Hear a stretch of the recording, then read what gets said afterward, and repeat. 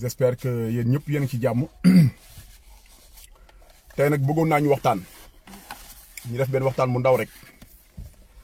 ak ki nga xam ne mooy Mansour Faye di frère ci ki nga xam ne mooy première dame Marème Faye Sall li ëpp solo nag mooy ñu jéem a dem en toute objectivité maanaam nañ jël lépp rek teg ko ci loo xam ne xel attan na ko xel nangu na ko bañ a wax waxu parparloo bañ a wax dara mu nekk benn live bu responsable laa bëgg tey déjà man li ma bëgg a wax tey ci Mansour mooy un ministre de la République yamuloo ak le citoyen lambda un ministre de la République da nga am benn tenue boo war a am da nga am ay responsabilité institution du caaxaan institution nekkul loo xam ne ay caaxaan la kon man ma jàpp ne il y a l'être et l'esprit même bu fekkoon ne OFNAC yoon mayu ko sax mu woo la mais devant le Sénégal tout entier l'esprit ne veut pas que tu parles ainsi waruloo wax ne bu ma OFNAC woowee duma ko wuyu yi parce que loolu manque de respect terrible la envers nos institutions man nag duma wax ci ay maanaam ay goro président nga wala doo goro président man du ma dugg ci considération yi mais damay bëgg rek ñu dem ci l'essentiel parce que aujourd'hui le problème on voit que c'est Ousmane Sonko pour yéen ndax pour ñun c'est la solution pour ñun Ousmane Sonko c'est la solution mais pour yéen Ousmane Sonko c'est le problème kon nag mu nekk ñaari vision yu wute mais lépp rek war nañ ko mën a teg ci njëkk ak war nañ ko mën a teg ci njëkk teg ko ci respect mutuel teg ko ci xam-xam teg ko ci lépp mu normal mais dama leen di wax lan moo tax Mansour Faye mënu ci génn Mansour Faye mënu ci génn c'est impossible enquête bu amee Mansour Faye day daanu enquête bu amee Mansour Faye day daanu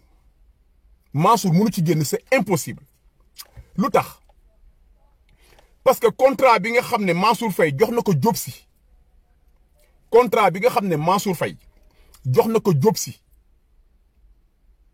contrat boobu Diop Sy amul droit jël contrat boobu parce que Diop Sy entreprise am dafa nekkoon en liquidation judiciaire Bassirou Diomaye mu ngi koy wax mais sénégalais yu bari bàyyiwuñ ci xel entreprise boo xam ne dafa nekk en liquidation judiciaire nga jël li nga xam ne mooy koom-koomu askan bi nga jël li nga xam ne mooy alalu askan bi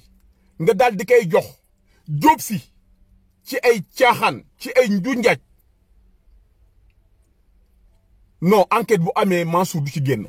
c'est impossible mënu cee génn ndax contrat bi ñu jox Diop Sy amuñu droit jox ko Diop Sy ndax son entreprise était en liquidation judiciaire kooku contrat wu 1000 francs CFA sax waru koo jël waxuma leen ak contrat boo xam ne on parle de milliards. kon nag ñun bu ñuy wax du ay waxu parparloo dañuy wax loo xam ne c'est factuel loo xam ne dafa tegu le président Ousmane Sonko nag bu yeboo ngeen def ndànk ci ay mbiram bu yeboo ngeen def ndànk ci ay mbiru le président Ousmane Sonko ndax ku nekk ngi jóg di attaquer ku nekk mu ngi jóg di attaquer di manipuler l'opinion mais sénégalais yi tey yeewu nañu ndax président Ousmane Sonko bu waxee rek ñu ne dafa arrogant dëgg daal yéen dëgg ngeen di bañ maanaam bu waxee dëgg ñu ne dafa arrogant te kenn musul dégg le président Ousmane Sonko muy saaga kenn mësul dégg le président Ousmane Sonko mu wax nekk su dul noonu jëmale ko ci institution wala jëmale ko ci kilifa diine wala jëmale ko ci yenn responsable yi mënu leen a nekk ci dëkk nag yor alalu askan bi di ko paccoo di ko caaxaane ba pare ne fii kenn du ko fi waxee da ngeen di nax seen bopp rek ngeen di nax te leen président Ousmane Sonko wax rek mooy dëgg bu fekkee ne da ngeen yaakaar ne mën ngeen def li ngeen di def en toute impunité seen bopp rek ngeen di nax reddition des comptes dina am te bu boobaa du doon comme CREI yi bi ngeen xam ne da ngeen koo yëngal rek pour éliminer benn adversaire politique mais boobaa reddition des comptes bi dina laal képp koo xam ne dañ la joxoon budget nga koy gérer reddition des comptes dina la laal loolu exigence populaire la amul sax luñ ciy négocier mu nekk Ousmane Sonko wala keneen ak keneen exigence populaire la pour que képp koo xam ne joxoon nañ la koppar ñu càmbar la ba xam fi nga dugal xaalis bi. Sénégal mënul continuer nii mënuñu continuer nit ñi dëkk ci ndóol nit ñi am ay problème Covid-19 bi ñëw doggali nit ñi ngeen di dem di jël ay nit di leen génne seen biir kër pour lan est-ce que c'est le moment propice dem di déloger ay nit ci seen biir kër même bu fekkee ne sax nekkuñu ci dëgg ñoom mais c'est pas le moment en pleine Covid c'est pas le moment en pleine récession ngeen di dem di jël ay nit leen génne seen biir kër c'est pas le moment. Un gouvernement doit être responsable. Un gouvernement doit être responsable. ndax ñi ngeen xam ne yéen a ngi leen di génne seen biir kër mais c'est pas des Burkinabés c'est pas des Ivoiriens c'est pas des Congolais mais ce sont des Sénégalais comme yéen comme ñun. dafa am loo xam ne même bu la ko yoon mayee sa xel war naa tey ndax famille yooyu ngeen di génne am na ay xale am na ay jigéen xool leen ci seen bopp bu fekkoon ne yéen la ngeen xool ko ci seen bopp est-ce que di ngeen bëgg ñëw génne leen bëccëgu ndar kàmm. Non, il faut être sérieux dans ce pays-là. Il faut être sérieux dans ce pays-là. Mais pour revenir à Mansour Faye man vraiment man damay am lu ma metti quoi damay am lu ma metti ndax li ñu mayul woon le président Wade may nañu ba may lu ko ëpp le président Macky Sall moo tax parfois damay am problème man ci Sénégalais yi considération yi ñu am par rapport ak yenn problème yi. Ablaye Wade benn doomam moo taxoon ñu xeex ko Ablaye Wade benn doomam à l'époque ñu koy wax ministre du ciel et de la terre moo taxoon sénégalais yi fippu mais xool leen tey li xew Sénégal xool leen tey li xew Sénégal Mansour Faye jox la ay ndombo tànk Aliou Sall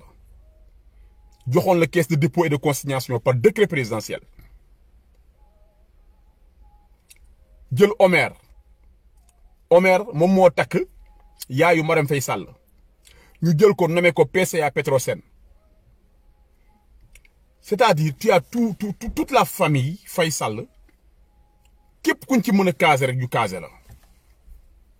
nommé la par décret te Ablaye Wade benn doomam lañ ko bañaloon mais li gën a garaaw ci loolu mooy nee ngeen kenn du ko fi waxee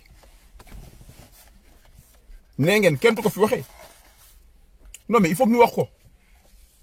il faut que ñu mettre leen devant vos responsabilités mais enquête il faut que mu am enquête il faut que mu am ci gestion bi nga xam ne moom la Mansour Faye amoon responsabilité bi parce que du ñu jël ay milliards ci xaalisu askan bi jox la ko kenn xamul noo ko dépensé li nga xam ne xam nañ ko ci as tuuti jaarul yoon te muy contrat bi nga jox Diop Sy non à un moment donné ça ne peut pas continuer comme ça Sénégal mënul dem il faut que jeunesse bi jël responsabilité am adduna bi dafa toll foo xam ne tey dëkk yëpp ñu ngi tëj seen frontière ñëpp ñu ngi protégé wu immigration bëggatuñu ko même dimbal bi nga xam ne ñu ngi ko doon dimbali entre état pratiquement defatuñ ko kon ma jàpp ne bonne gouvernance bi le président Macky Sall doon wax bu ñu ko appliqué wul dès maintenant dégâts yi muy jur dina doy waar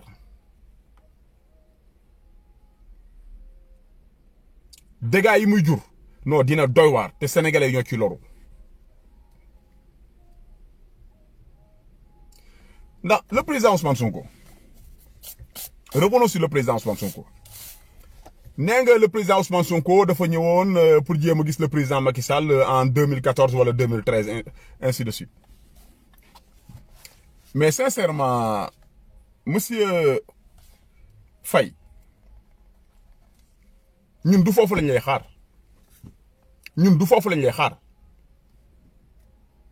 ñun fi ñu lay xaar mooy nga wax ñu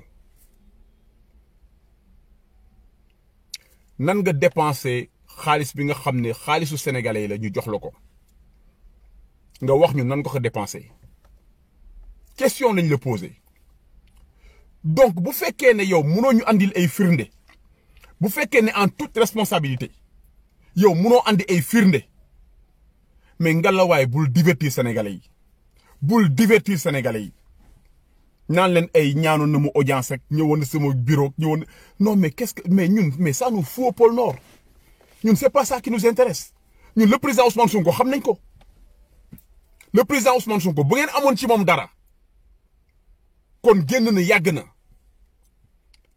lépp lu ngeen mënoon ci le président Ousmane Sonko def ngeen ko bu ngeen amoon tarafatul ay ni ci le président Ousmane Sonko génne ngeen ko yàgg na kon tey bu leen jéem a dox ci maayanu sénégalais yi naan ay le président Ousmane Sonko audience ak du non da ngeen di sonal seen bopp ndax impôt et domaine nu muy doxee sénégalais yëpp xam nañ ko impôt et domaine l'essentiel de notre budget Sénégal l'état du Sénégal l'essentiel de son budget provient aux impôts et domaines alal ju bare mooy jóge impôt et domaine dem ci état bi ki nga xam ne nag dafa nekkoon yor brigade Ousmane Sonko dafa nekkoon yor brigade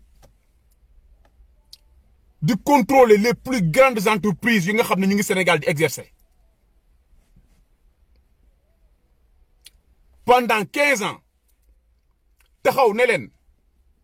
bu amee dërëm boo xam ne mës naa ko jël bu amee dërëm boo xam ne lekk naa ko man Ousmane Sonko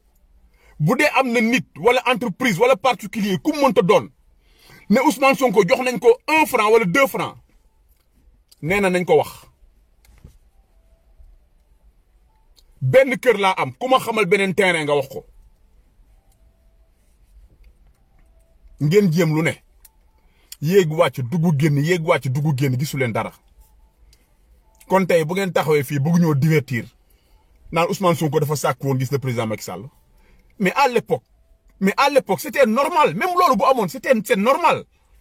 c'est normal que le président Ousmane Sonko c'est normal bu amee lu mu ay doléances yu muy def le président Macky Sall wala bëgg a waxtaan ak Macky Sall dans le cadre de son travail wala dans le cadre du fonctionnement de l'État wala des impôts et domaines mais c'est tout à fait normal ci période boobu noonu Ousmane Sonko amoon na droit sàkku am audience avec le président de la République ndax instant boobu noonu Ousmane Sonko c'était même pas l'opposant de Macky Sall il ne s'opposait même pas à Macky Sall époque boobu kon bul divertir nit ñi di ñu wax ay wax yoo xam ne amul bopp amul genn un moment donné il faut arrêter Sénégal dëkk kenn du ko defaree nii Ousmane Sonko c'est que Ousmane Sonko du lépp la mën a wax Ousmane li mu xam bari na du lépp la mën a wax Ousmane Sonko bu waxoon li mu xam yëpp non kon Sénégal yëngatu dégg naa la yow Mansour ngay waxu système dégg naa la ngay waxu système yow kon ba léegi xamuloo luy système man nag vraiment bett na ma trop parce que mënoon naa ko xaar ci ñenn ñi mais pas ci yow kon ba léegi xamuloo luy système yow Ousmane Sonko bu leen di wax système Ousmane Sonko vous parle d'un mécanisme la leen di wax waxu leen ay nit des personnes mais adduna bi fépp foo dem am na ñu baax am na ñu bon Ousmane Sonko mënoo ko génne ci système Ousmane Sonko ci boppam il est dans un système mais daf leen ne yéen daf leen ne seen système bi ngeen yor baaxul tout simplement seen système bi ngeen yor baaxul système bi nga xam ne day permettre le président de la république muy jël décret à volonté xam ngeen bu ñu xoolee au fond man Macky Sall sax ci nomination yi muy nommé ay frère am ak ay gorom ak ay beau frère am ak ay nijaayam man au fond sax man du ma mere Macky Sall ci loolu parce que sunu système bi baaxul sunu système bi moo may Macky Sall décret à volonté mooy nomel ku la neex par décret présidentiel loolu y a déjà un problème dëkk mënul doxee noonu mënoo ne président jox nañ le décret à volonté nomel ku la neex dëkk boobu mënul avancer président dañ koy encadrer président dañ koy utal cadre encadrer ko mais doo ko ne rek signel contrat pétrolier signel gaz signel nomination signel dàq nit signel non mais quand même mais président du yàlla président peuple bi lay liggéeyal kon mënoo ko jox ay pouvoir yoo xam ne pouvoir mooy defal lu la neex boo pare nag jël keesu 8 milliards tegal ko ci ne ko keesu 8 milliards taal ko bu la neexee amul benn organe de contrôle boo xam ne dina ñëw contrôler defal lu la neex mais dans quel pays on vit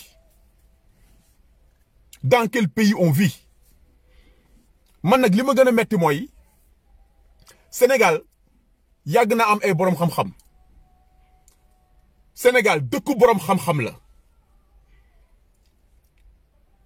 ndax boo remonté ba ci ñoom Cheikh Anta Diop ñoom Blaise Diagne ñoom président Lamine Gueye nga xam ne Sénégal dëkku kàngam la Sénégal duñu ay cuune danaa leen wax benn mbir tey jii gis ngeen antillais yi les antillais yi ngeen di dégg bu ñu amee seen nationalité française bu ñu nekkee français ñu reconnaître leen comme français c'est grâce à Lamine Gueye loi boobu bu ngi tudd loi Lamine Gueye moo ko xeexoon fii à l'Assemblée nationale fii en France ne antillais yi outre-mer ñoom ñëpp dañ leen war a reconnaître comme des français xeex ko ba ñu adopté loi bi Assemblée nationale bu France ñoom ñu nekk ay français kon sénégalais ba mu yàggee xeex ci àdduna bi bay xeexal ñoo xam ne nekkuñu sax ay sénégalais kon ngeen xam ne Sénégal dëkku kàngam la léegi on prend des gens comme Mansour Faye nga xam ne waruñu leen sax def directeur d'un établissement scolaire jël leen def leen ay ministre jox leen budget ñu nekk Sénégal def lu leen neex te kenn du wax mënul sax différencier lan mooy point de presse lan mooy conférence de presse lan mooy déclaration mënu ko sax différencier ndax dafa ne woon au début conférence de presse lay def conférence de presse da ngay interagir avec les journalistes boo waxee ñoom ñu poser les questions nga tontu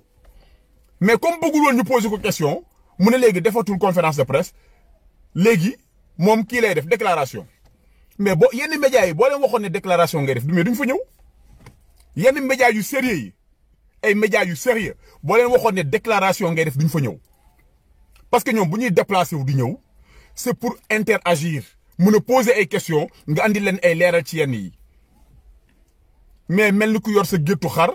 ñëw rangale leen wax li ngay wax ne pare ça y est kenn du poser question non il faut arrêter quand même il faut respecter les Sénégalais quand même un temps soit peu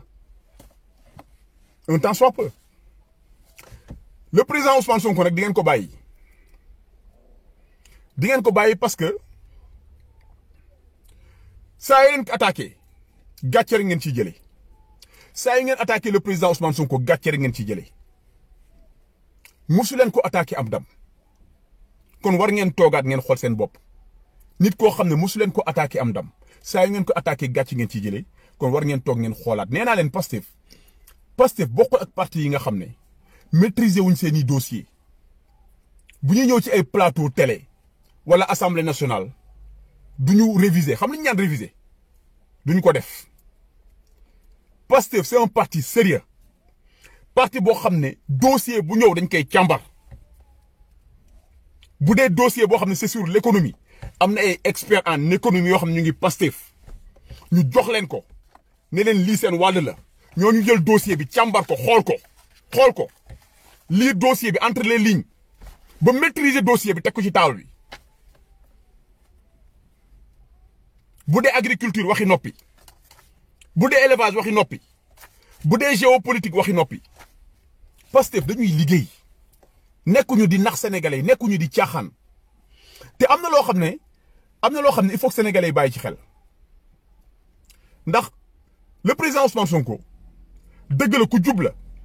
mais ñi mu àndal ñëpp a jub xocc ndax bu fekkoon ne état bi am na dara ci Bassirou Diomaye Faye génnee nañ ko bu fekkee woon état bi am na dara ci Birame Souleye génne nañ ko te ñi ma leen ñëmal ñëpp c'est des inspecteurs des impôts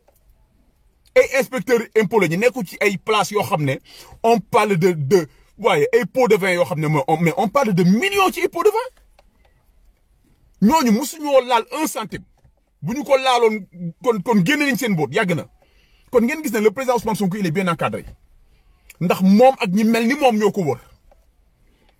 kon kooku li laay war a suuli dañ ko war a jàppale. gis ngeen un moment donné dañoo war a dem sax au-delà des partis au-delà des appartenances ethniques wala religieuses wala lu mu mënta doon xool li nga xam ne mooy intérêt Sénégal te Ousmane Sonko mooy intérêt Sénégal sincèrement Ousmane Sonko mooy intérêt Sénégal. léegi nag man dafa amee Sénégalais yoo xam ne dama leen di lancer appel parce que am na ñoo xam ne tey wax dëgg yàlla ñu ngi jéem a defar mais boo gisee loo xam ne déjà am na fu mu yegg ci defar mais ñëwal jàpp ci rek ñëwal jàpp ci parce que kii di defar fii kii di defar fële kii di xëcc fële mais loolu yëpp amul solo un moment donné sénégalais yi ñi nga xam ne vraiment ils sont intègres man dama leen di ñaan ñu ñëw jàpp ci combat bi jàppale le président Ousmane Sonko te xam ne kii li muy xeex nii c'est pour les sénégalais c'est pas pour moom donc loolu lu am solo la ñu bàyyi ci xel. am beneen point beneen détail bu am solo boo xam ne bëgg naa ko leeral jëmale ko ci El Hadj Bécaye Mbaye Hadj Bécaye man je n'ai rien contre toi je n'ai absolument rien contre toi génn nga benn audio di tagg Idrissa Seck nii Idrissa Seck naa def ay comparaison avec Ablaye Wade am nga ci droit ñun amuñu benn problème avec le président Idrissa Seck jàmm lañu seq mais bàyyil Ousmane Sonko bàyyil Ousmane Sonko jàppaleel ku la neex mais bàyyil Ousmane Sonko ndax yéen mënu leen bañ a xeex ñi bëgg a xeex ngeen ne duñu xeex mënu leen bañ a xeex ñi bëgg a xeex ngeen ne ñooñu duñu xeex non c'est pas possible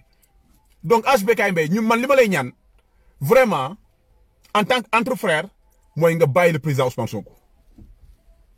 waaw comme ne ñeneen ñi nangu ñoo xeex dañu bëgg a bàyyi Macky Sall déroulé ñun ñi nga xam ne taxaw nañu pour jàkkaarloog pouvoir bi nga bàyyi ñu loolu rek lañ lay ñaan. am na ñoo xam ne nag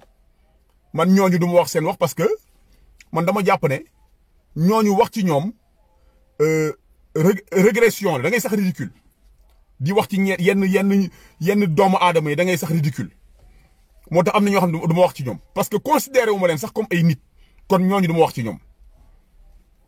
mais képp kuy attaquer le président Ousmane Sonko rek yaa ngi koy gën a dooleel te dinaa leen wax benn mbir maa ngi koy wax démb ci benn live ma ne leen bàyyi leen xel Ousmane Sonko bàyyi leen ko xel bu baax a baax a baax a baax yàlla bu namee defar réew daam fu mu koy jaarale yàlla nee na du ma changer destin benn réew fii lekk ñoom décidé wu ñu changer seen destin wu bopp te yàlla borom bi gis na ne sénégalais yi am na benn jeunesse bu mature am na benn jeunesse une nouvelle jeunesse consciente des enjeux politiques économiques et géopolitiques boo xam ne ñu ngi xeex Sénégal ma jàpp ne yàlla lii moo tax yàlla bëgg a jàppale Sénégalais yi andi leen ko mel ni Ousmane Sonko. te li ma leen mën a wax mooy lan sunu yonent bu tedd sunu yonent bu tedd bi nga xam ne mooy wasila ñëpp nga xam ne ñun ñëpp mooy sunu wasila mu yonent yàlla Muhammad alayhi salaatu wasalaam ba muy am 40 ans ba muy am 40 ans la yàlla jël mission bi teg ko ci loxoom. Le président Ousmane Sonko 1974 la juddu ñu créé Pastef en 2014 à 40 ans Ousmane Sonko am 40 ans waa Pastef jël parti bi ne ko yow lañ tànn pour nga ñëw jiite parti bi à 40 ans kon bàyyi leen xel bu baax a baax yonent bi yàlla da koo tagg ci jikkoom le président Ousmane waa Pastef dañ koo tànn ci jikkoom du moom moo créé parti de du moom moo créé parti teg boppam ci bopp parti bi déedéet le président Ousmane Sonko waa Pastef des cadres ñoom ñoo créé parti bi ne parti bi nga xam ne créé nañ ko pour defar Sénégal parce que ñun dañoo jàpp ne Sénégal moo fay sunu njàng Sénégal moo fay sunu formation te Sénégal kon ñun war nañ koo delloo njëkkal mënuñoo toog seetaan croiser les bras bàyyi les politiciens classiques traditionnels jàpp alal réew mi di ko foowee ñun ñi nga xam ne nag Sénégal dafa investir ci ñun te ñun on est intègre bëgg nañ Sénégal avancé kon il faut que ñu xool nan la ñuy def ba jàppale Sénégal ci la ñu xalaatee ne kon nañu créer parti dugg ci langue politique bi pour defar Sénégal ba ñu créer parti Pastef ba pare ñu ne léegi kon il faut que ñu xool nit koo xam ne il est irréprochable nit koo xam ne il est intègre nit koo xam ne valeurs yi nga xam ne bëgg nañ ko mu ngi ci moom ñu gis en l'occurrence le président Ousmane Sonko ci lañ dem jëli le président Ousmane Sonko teg ko ci bopp parti bi lii moo dugal Ousmane Sonko ci politique ñi nga xam ne xamuñu pour ñu xam lii moo ko dugal ci politique mais c'est quelqu'un qui s'est toujours battu dans la vie ba mu waree jàng na ba muy dugg ENA moo nekk major ci promotion am ba mu nekkee biir ENA jàq ji nekkoon biir ENA moom moo ko doon jiite ñëpp ci ginnaawam lañ doon jàll. ba mu ñëwee impôt et domaine fekk ne impôt et domaine amul syndicat dafa xeex ba samp fa syndicat. Hadjibou Soumaré à l'époque premier ministre xeex lu ne def na ko pour Ousmane Sonko bañ a teg syndicat impôt parce que l'essentiel du budget de l'État fa lay jógee kon am syndicat arrangé wu leen mais dafa xeex ba teg fa syndicat jiite ko ñetti at. kon c'est quelqu'un qui s'est toujours battu c'est quelqu'un qui a défendu des principes.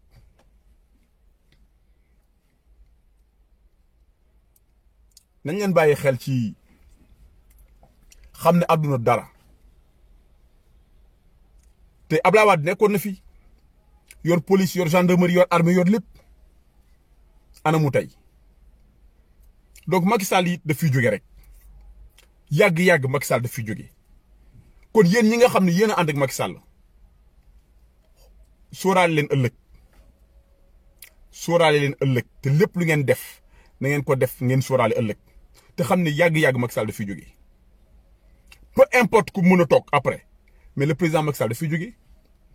il ne sera pas éternel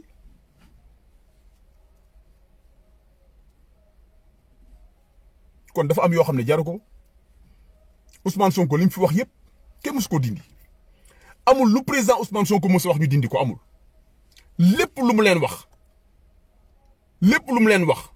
comme ni ko Idrissa Seck doon waxee jusqu'à l'extinction du soleil mun leen ko dindi te bu ngeen ko jéemee dindi rek gaañu. waaw lépp lu président Ousmane wax bu ngeen ko jéemee dindi rek gaañu ndax du waxantu lépp lu muy wax c'est documenté amul lu muy wax loo xam ne c'est pas documenté waaw. Mansour Faye nag yow bul yóbbu nit ñi ci terrain boo xam ne intéressé wuñu yow demal nga wuy ju OFNAC demal OFNAC nga jox leen preuve yi nga xam ne ñu ngi koy demandé ñun loolu rek la ñuy xaar ci yow xaaruñ ci yow leneen. ay audio ñàkk audio ñun xaaruñ ci yow loolu ndax pendant ce temps le président mu ngi ci tool yi ne ndaw ñi jóg leen ngeen bay te xam mbay nu mu amee solo ci économie xam ne benn dëkk mënul développer sans mbay nga ne ndaw yi jóg leen bay ndaw yëpp jóg ñëpp jóg dem bay kooku xam nga ne biir Sénégal ci homme politique yi le président Ousmane Sonko rek na ko yàlla may. ne ndaw ñi jóg leen ngeen maye deret ñu maye deret ba banque de sang yëpp fees amatuñu sax fu ñuy stocké deret bi kooku rek le président Ousmane Sonko rek la ko yàlla may ci langue politique bi kon dañuy jaajëfal bu baax le président Ousmane Sonko di leen jaajëfal aussi parce que yéen ñi nga xam ne aussi yéen a nekk ci live yi di encourager liveurs yi ay jàmbaar ngeen non c'est vrai ay jàmbaar ngeen ndax dafa am ñaari Sénégal dafa am benn Sénégal bu ne déet benn Sénégal bu ne waaw Sénégal bi nga xam ne nag mu ngi bañ ku ko noot yéen ci Sénégal boobu ngeen bokk am Sénégal boo xam ne rek moom daa nangu ñoom la concerné yal nañ yàlla musal ñu bokk ci Sénégal boobu yal nañ yàlla musal ñu bokk ci Sénégal boobu kon nañu concentré wu ci Sénégal bi nga xam ne moom moo jóg taxaw Sénégal bi nga xam ne Sénégal Sëñ Touba Sénégalu El Hadj Malick Sénégalu Baye Niass Sénégalu Boukounta Maam Limaamu Laay Lat Joor Diop Cheikh Anta Diop ñun ci Sénégal boobu la ñu bëgg a bokk te ci la ñu bëgg a dee it yàlla bu ñu ànd ak politicien ndax ay intérêt personnel waaw xanaa sama gars yi di leen bëggee rek di kontaan ci yéen bu baax soxna yi ak kilifa diine yi fi nekk yëpp kilifa yi fi nekk sama gars yi donc madame monsieur yéen ñëpp maa ngi leen di ziar di kontaan ci yéen waaw xam naa nag dama yemale fii live bi xam naa ba beneen yoon incha allahu ñu waxtaanaat ci beneen thème incha allah waaw di leen bëggee nag bu baax a baax sama gars yi jërëjëf merci beaucoup à la prochaine.